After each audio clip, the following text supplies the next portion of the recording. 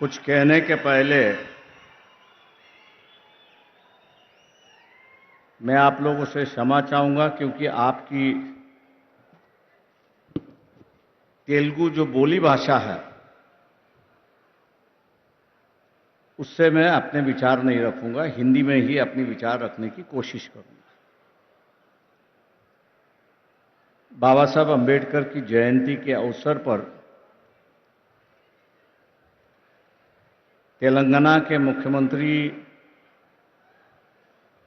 सम्माननीय के चंद्रशेखर राव जी को मैं अपनी तरफ से और आपकी तरफ से पूरी बधाई देता हूं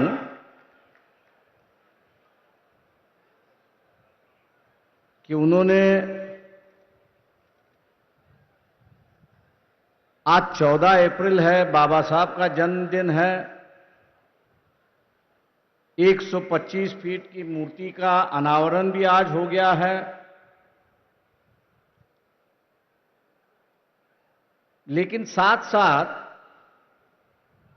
इस देश के अंदर जो दबा हुआ, कुचला हुआ समाज जो है,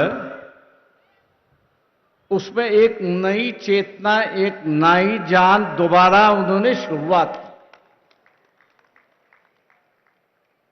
एक चिंगारी जो है, एक नई चिंगारी उन्होंने शुरुआत की। मैं मानता हूं कि हम लोग जो है बाबा साहब की जयंती मनाते हैं,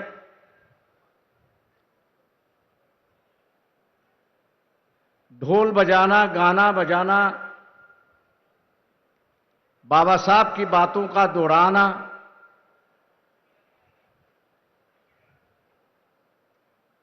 लेकिन यहां आने के बाद मुझे दिखाई देता है कि बाबा साहब की जो जयंती है वो अलग ढंग से मनाई जा रही है।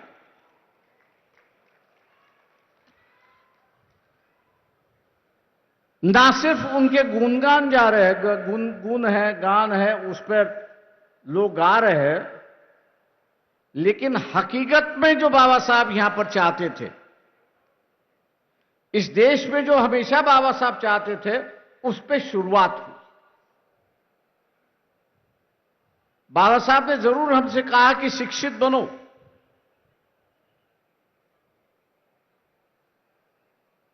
शिक्षित बनने के बाद आप संगठित हो और एजिटेट करो, लेकिन किसके लिए?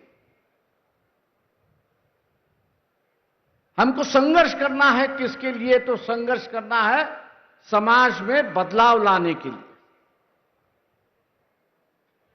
हमको संघर्ष किससे लाना है? तो एक नई व्यवस्था इस देश में पैदा करनी।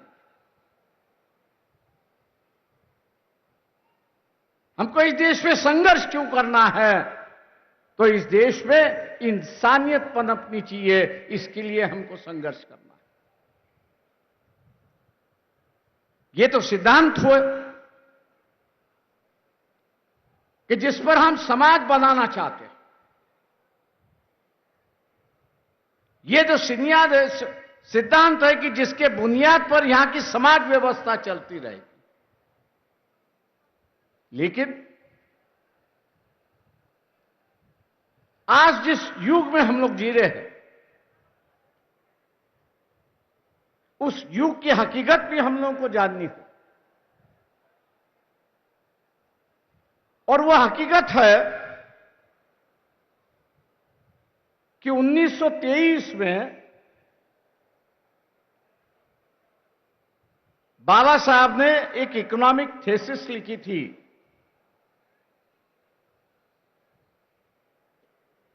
बाबा साहब ने एक इकोनॉमिक थीसिस लिखी थी कि जिसका नाम था प्रॉब्लम ऑफ रूपी, रुपए की समस्या। और इस किताब के माध्यम से बाबा साहब ने यह बताने की कोशिश की कि उस वक्त का जो राज था, अंग्रेजों का जो राज था, इंग्लैंड का जो राज था, वो रुपए के साथ में कैसे खेलते थे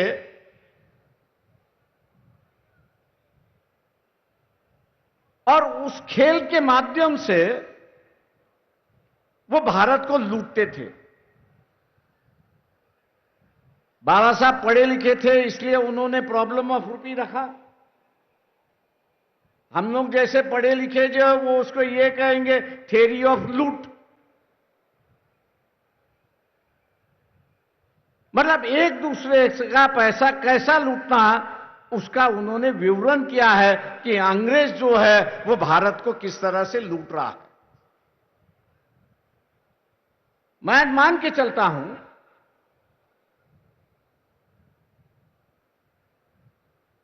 जिसका अब उद्घाटन हुआ, दलित बंधु का जो उद्घाटन हुआ, ये थोड़े बहुत पैमाने पे इस थियरी ऑफ लूट को रोकने की कोशिश की जा रही है।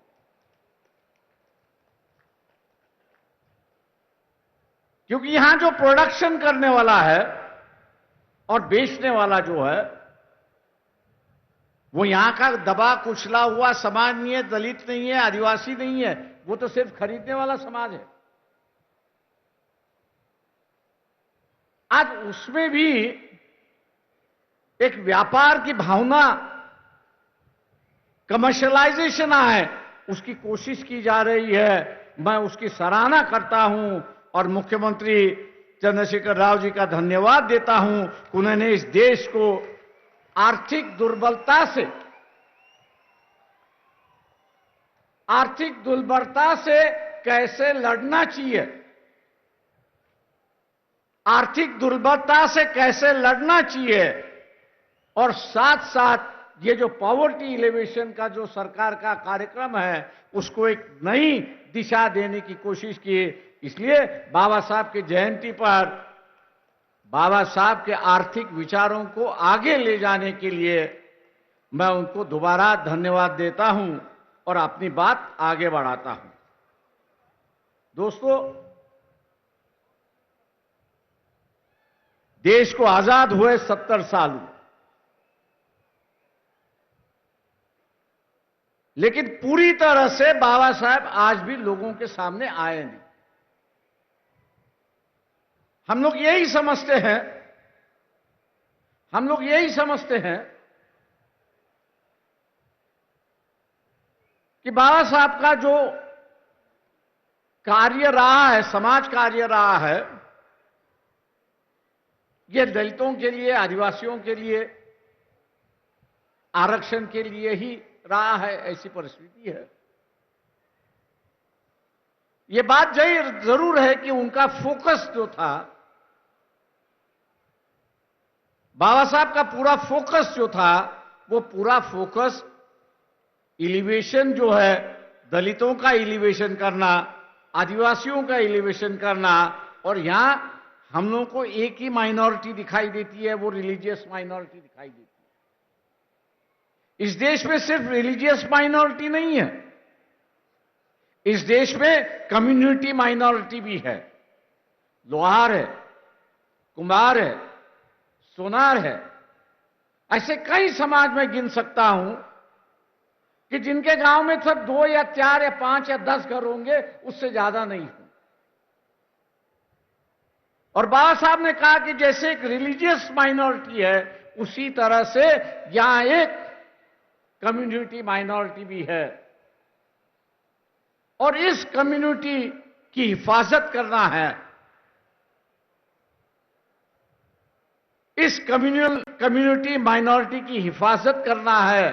तो उन्होंने 1956 में जब स्टेट रीऑर्गेनाइजेशन कमेटी बनी थी, तो उसको एक न्योता दिया था और कहा था कि state should be reorganised not on the basis, state should not be reorganised on the basis of language. राज्य जो है वो भाषा पर आधारित नहीं होना चाहिए। अगर स्टेट रीऑर्गेनाइज आपको करना है तो पहला उसका वायबिलिटी आपको देखना है, इकोनॉमिक वायबिलिटी आपको उसकी देखनी है, उसकी ज्योग्राफिकल बाउंड्रीज उसको आपको देखनी है, और उसके माध्यम से एडमिनिस्ट्रेटिव यूनिट बनता है कि नहीं बनता है, ये आपको देखना है। 55-56 की बात थी, मैं यहां एक व्यक्ति का नाम लूंगा, पुट्टी श्रीरामुलु जी का, कि जिन्होंने आंध्र प्रदेश बनाने के लिए अपना बलिदान दिया। जब तक यहां बलिदान नहीं दिया जाता था तब तक कोई राज्य या कोई सवाल हल नहीं होती थी, ऐसी एक परिस्थिति है। बाबा साहब ने पट्टी श्रीरामुलु को श्रद्धांजलि अर्पण करते हुए कहा कि आंध्र प्रदेश बनाने से कांग्रेस पार्टी ने पुण्यदान कर दिया है। पुण्यदान जो होता है वो पुण्यदान कर दिया है, ऐसी एक परिस्थिति है। मतलब यहां एक राज्य बनाने के लिए किसी को बलिदान देना पड़ता है और बलिदान के बाद ही यहां पर राज्य बनते हैं, ऐसी एक परिस्थिति है। वही बात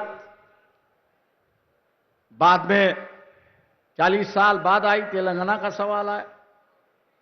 आज तेलंगाना राज्य बन चुका है और एक नई दिशा, एक छोटे राज्य यहां पर दिखाई दे रहे, ऐसी एक परिस्थिति है। आपको वेलफेयर स्टेट की अगर संकल्पना, वेलफेयर स्टेट की अगर संकल्पना आपको मंजूर करनी है तो राज्य छोटे होने, ये जो बाबा साहब की डिमांड थी वो आज मेरे ख्याल से कई राज्यों में मांगी जा रही है। और इस अवसर पर मैं ये कहूंगा कि व्यवस्था ही बाबा साहब को यहां पर जिंदा रखती है, ऐसी एक परिस्थिति है। व्यवस्था ही यहां पर जिंदा रखती है, ऐसी एक परिस्थिति है। एक और इशू को लेकर यहां पर मैं आपसे बात करूंगा और वो ये है, मैं मुख्यमंत्री पर उसकी जिम्मेदारी डाल रहा हूं कि आप लोगों को इकोनॉमिकल एम्पावरमेंट करने की कोशिश कर रहे हैं। 10 लाख की आप जो है उनको ग्रांट दे रहे हो, बहुत सराहनीय बात है, बहुत अच्छी बात है, उसका स्वागत है और लोग इसलिए आपको दुआ भी देते हैं। लेकिन 1 साल के बाद ये 10 लाख रुपए की कीमत आज जो है वो वैसी बरकरार रहनी चाहिए। ये जो 10 लाख रुपए की कीमत जो है वो वैसी की वैसी बरकरार रहनी चाहिए। ये सबसे बड़ा बाबा साहब का इशू था और उन्होंने ये कहा था कि जब तक हम लोग रुपए की कीमत, वैल्यू ऑफ रुपी, इसको हम लोग जब तक स्टेबलाइज नहीं कर पाएंगे, इसको जब तक हम लोग स्टेबलाइज नहीं कर पाएंगे तब तक हम लोग कितना भी पॉवर्टी एलिवेशन का कार्यक्रम अगर करते रहे तो वैल्यू की कीमत जैसे नीचे बढ़ जाएगी वैसे उसकी गरीबी भी नीचे चलती जाएगी। और इसलिए आज के मुताबिक बाबा साहब की जयंती पर हम लोग ने इस बात को गौर करना चाहिए कि जब तक प्राइस स्टेबिलिटी होता नहीं है, आज मैं दुकान में जाऊं तो ग्लूकोज का बिस्किट मुझे 5 रुपए में मिलता है, 1 साल के बाद जाऊं तो वही मुझे 7 रुपए में मिलता है, 2 रुपया बढ़ गया है। ये जो 2 रुपया बढ़ता है वो गरीबों को काफी बड़ी चोट पहुंचाता है, ऐसी एक परिस्थिति है। और इसलिए रुपए की जो वैल्यू है उसको स्टेबलाइज करना जरूरी है, ऐसा मैं मान के चलता हूं। और मुख्यमंत्री होने के नाते एक मुख्यमंत्री अगर इसकी शुरुआत करे तो हो सके कि देश के मुख्यमंत्री भी आपके पीछे चलने की कोशिश वहां पर करेंगे और ये जिम्मेदारी आप इस जयंती के अवसर पर लेंगे, ऐसी मैं अपेक्षा आपसे करता हूं। 2 आखिरी बात है, मुझे पता नहीं इस हैदराबाद का और बाबा साहब का क्या संबंध था, वो मुझे जानकारी नहीं है। लेकिन कॉन्स्टिट्यूएंट असेंबली के डिबेट्स में जब पढ़ रहा था और भारत के सिक्योरिटी का सवाल जब आया तब उन्होंने कहा कि भारत को एक और कैपिटल होने की जरूरत है, एक और कैपिटल होने की जरूरत है। और जब उनसे पूछा गया कि दूसरा कैपिटल कहां होना चाहिए तब उन्होंने हैदराबाद सिटी का नाम लेके कहा कि सेकंड कैपिटल जो है वह हैदराबाद में होना चाहिए। क्योंकि पाकिस्तान के बॉर्डर से दिल्ली जो है वो 300 किलोमीटर, चाइना की बॉर्डर से दिल्ली हम लोग देखा जाए तो 500 किलोमीटर बॉर्डर है। और इसलिए उन्होंने कहा कि जब तक हम लोग दूसरा कैपिटल बनाते नहीं तब तक जो है हम लोग सुखरूप है, वी आर सिक्योर्ड, ये नहीं हो सकता। और इसलिए उन्होंने जो है वो हैदराबाद को सेकेंड कैपिटल होने की मांग की थी। उस वक्त पूरी नहीं हुई। शायद मेरे ख्याल से तेलंगाना दोबारा इसको मांग करेगा तो सेकेंड कैपिटल ऑफ इंडिया जो है वो हैदराबाद यहां पर बन सकता है, ऐसी एक परिस्थिति है। मैं एक आखिरी सवाल यहां पे कहूंगा, क्योंकि यह वो आज सबसे बड़ा इशू बन चुका है कि जिस पर राजनीतिक रोटियां सेकी जा रही है, और वो ये है कि इस देश को धार्मिकता में हम लोग परिवर्तन करना चाहते हैं। इस देश को जो है हम लोग धार्मिकता में परिवर्तन करना चाहते हैं। 1938 में ही बाबा साहब ने किताब लिखी थी जिसका नाम था थॉट्स ऑन पाकिस्तान, जिसका नाम था थॉट्स ऑन पाकिस्तान। आज दोबारा पढ़ लीजिए। उस वक्त की जो राजनीति चल रही थी वो यही थी कि हिंदुओं की जो शेंडी होती है, चोट होती है, वो मुसलमानों के हाथ में थी, और मुसलमानों की दाढ़ी जो थी वो हिंदू के हाथ में थी। उन्होंने कहा यह राजनीति नहीं चल सकती। उन्होंने कहा यह राजनीति नहीं चल सकती, दोनों अलग अलग है। और इसलिए उस वक्त उन्होंने बंटवारे की बात कही और कहा कि जो मुस्लिम इलाका है उसको एक नया नेशनहुड होना चाहिए, और यहां जो हिंदू है उनके लिए एक अलग देश होना चाहिए, और भारत उसका वो देश होना चाहिए। ये 1938 में ही बाबा साहब ने उसको शुरुआत की। बंटवारा भी उसी तरह से हुआ, बंटवारा उसी तरह से हुआ। मेजॉरिटी लिविंग मुस्लिम जो है वो पाकिस्तान बन चुके, हिंदू मेजॉरिटी जो था वो भारत यहां पर बन गया। ये जो राजनीतिक रोटियां सेकने की जो राजनीति चली है उससे मेरे ख्याल से हम लोग को बचना होगा, उससे हम लोग को बचना होगा कि जब भैया बंटवारे के साथ साथ इस देश में रहने वाले हिंदू उनके लिए एक राष्ट्र बन चुका है तो नया राष्ट्र की कहां की चर्चा आप शुरुआत करते हैं। ये तो गुमराह की बात है, धर्म की राजनीति की बात। और जो बाबा साहब ने चेतावनी दी थी कि जिस दिन इस देश में धर्म और जात की राजनीति शुरुआत होगी, जिस दिन धर्म और जात की राजनीति शुरुआत होगी, उसका पहला कैजुअलिटी यह होगा कि you will have no national leader. उसकी कैजुअलिटी यह होगी कि आपके पास कोई नेशनल लीडर नहीं होगा। आज मैं मान के चलता हूं कि इस देश में कोई नेशनल लीडर नहीं है। मुझे लोग पूछते हैं कि यहां आखिरी नेशनल लीडर कौन है। मैं एक ही कहता हूं कि जो अपने पार्टी के खिलाफ जाने की हिम्मत रखता था, अटल बिहारी वाजपेयी अपने पार्टी को भी सुनाता था, इसलिए मैं इनका वो आखिरी करता हूं, उसके बाद भी कोई नहीं किया। आज जो स्टेट लीडर्स है उनको मौका है नेशनल लीडर बनने का, लेकिन लोगों ने उनको साथ देना जरूरी है, तभी जाके वो नेशनल लीडर यहां पर बनेंगे। मैं आज उम्मीद करता हूं आप लोगों से कि तेलंगाना ने डेवलपमेंट के माध्यम से एक नया रास्ता देश को दिखाया है। वही रास्ता आप आगे देश में ले जाने की कोशिश करेंगे और मौका भी देंगे आपके मुख्यमंत्री चंद्रशेखर राव को। इन्हीं बातों के साथ बाबा साहब के जन्मदिन पर आप सब लोगों को बधाई देते हुए, जन्मदिन हम लोग सभी मनाते हैं, धूमधाम से हम लोग मनाते हैं, अगले साल भी मनाते रहेंगे। लेकिन अगले साल जो बाबा साहब ने चेतावनी दी थी उस चेतावनी को याद रखते हुए हम जात और धर्म के राजनीति से अलग होंगे, यही शपथ हम लोग लेंगे। जय भीम, जय भारत।